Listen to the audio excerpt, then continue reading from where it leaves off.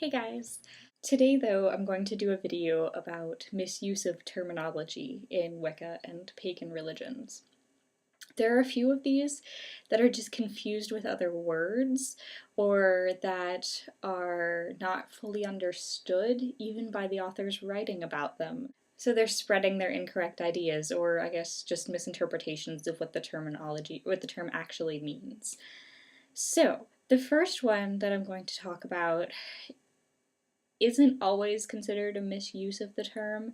I know I've been kind of guilty of misusing it as well.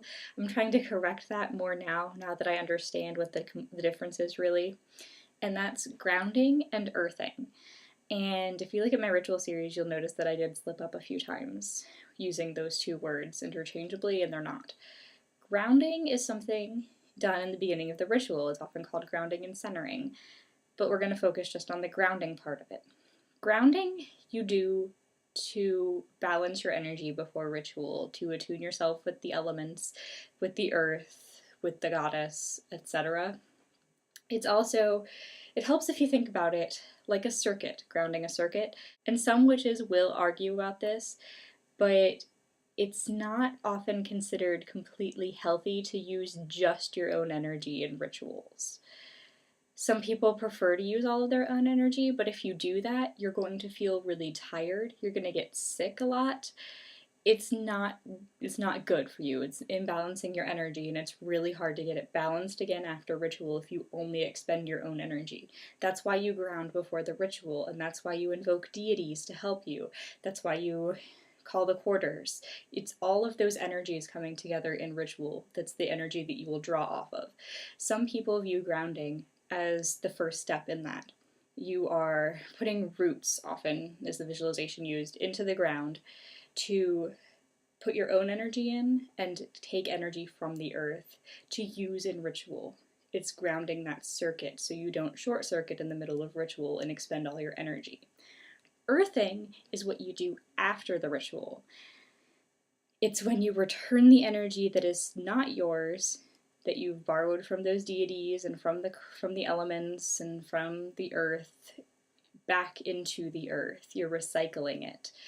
It's also used in some banishing things where you're getting rid of the negative energy within yourself. You're returning that into the earth so that it can be recycled, because the earth takes all energy, whether it's imbalance or negative or whatever energy we don't want or it receives, and it turns it neutral again. So it's not bad to put bad energy into the earth. It's fine, it'll be recycled. But that's what you do at the end. That's earthing, and they're different in that way. So using them interchangeably is confusing to some people, even if you kind of view them as the same. If you do use your own energy and you're only using grounding as a form of centering in the beginning of the ritual, it's still confusing to others to use them interchangeably. And I'm not saying anyone's horrible for doing that and getting confused, but it does help other people if you use the correct terminology. Another one that's confused like that is invocation and evocation. That's a biggie because they're very different. Calling the god and goddess to come into your circle and just be there so you can chill in your ritual and they can give you energy and help you out in that way is evocation. And I also do this one, and I admit it. I'm sorry, I'm working on it. It's been a long habit. Everywhere you read, it's pretty much always going to be called invocation when you call the god and goddess, but it's not. It's evocation. Invocation is a form of ritual possession, I guess. You're calling the god or goddess into your body. There are differing levels of that, and I will cover that in a different video that I'm going to do about drawing down the moon and sun, which is my next topic in this video, but hang on. That's what invocation is. You are invoking the god and goddess into yourself. That's think of it that way. So evocation is outside of yourself. That's inside the circle, but not within your body. Think of it that way, it really helps. So that's the difference there. The other ones I wanted to talk about were drawing down the moon and sun, and Wicca in general, and I'm going to try to make those short. Drawing down the moon and sun is not often confused with anything else. I mean, it is kind of, but there's no term for what it's confused with, I guess. A lot of people, when they talk about drawing down the moon and sun, mainly the moon, because that's the more common of the two practices, they think of just kind of being in a circle, communing with the energy of the goddess or the moon, and just kind of chilling out with that peaceful energy in your circle. That's not what it is. It's also not drawing the energy of the moon into yourself. That's not it either. Drawing down the moon is another form of ritual possession. It's drawing the goddess into yourself. It's invocation. So the other two practices, while completely legitimate and beneficial practices, they are not drawing down the moon. So just think of it that way. They're completely different. I've kind of compared the drawing down the moon, where people bring the energy of the moon into themselves, as another form of grounding, using the energy of the moon to balance that circuit instead of using the energy of the earth. So, and that you can do it that way. You can use any other energy that you want if you don't like that visual of using the earth. You can use the sun, you can use the moon, you can use whatever you want.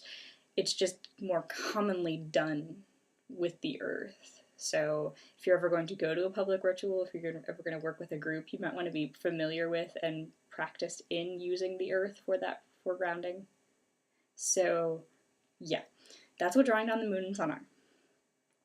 Wicca is just commonly, and I've covered this in some other of my videos, but it's just commonly used to refer to people or practices that are not Wiccan. If you are a solitary practitioner, you are almost definitely not Wiccan, and it's just confusing to new people. And I know it's in every book you're ever going to read that solitary Wiccans can call themselves Wiccans and blah blah blah. I admit that I'm working very hard to change that, and it's kind of a big goal of mine with dedicatory religious witchcraft to change that misconception. But Wicca is a priesthood, an initiatory priesthood, that you cannot really be a part of without being initiated. And your path is no less valid. And I know I get people hating me for saying this, and I understand that you've been told for so long that you're Wiccan, and it's confusing now to hear that you're not. But I'm solitary. My path is completely fulfilling and beautiful, as I'm sure yours is as another solitary. You can call yourself an eclectic, you can call yourself eclectic pagan or just an eclectic, you can call yourself a neo-Wiccan if that's the title that really appeals to you, you can call yourself a dedicatory religious witch, you can just call yourself a witch. It doesn't matter. The label shouldn't be that important to you, and I know that sounds odd because I'm fighting so hard for dedicatory religious witchcraft, but finding a label that fits you should be what's important instead of sticking to the label that you've heard about. And I'm really getting short on time.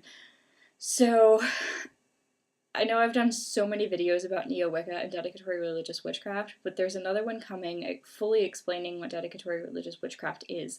I'm working on some articles and hopefully in the near future a book. I know I keep telling you guys about that, but so there'll be more information on that. And if you do have questions, feel free to send me a message or anything. And I'm gonna cut this off now. Okay, I hope I helped straighten out a few misconceptions out there, and I'll talk to you guys later.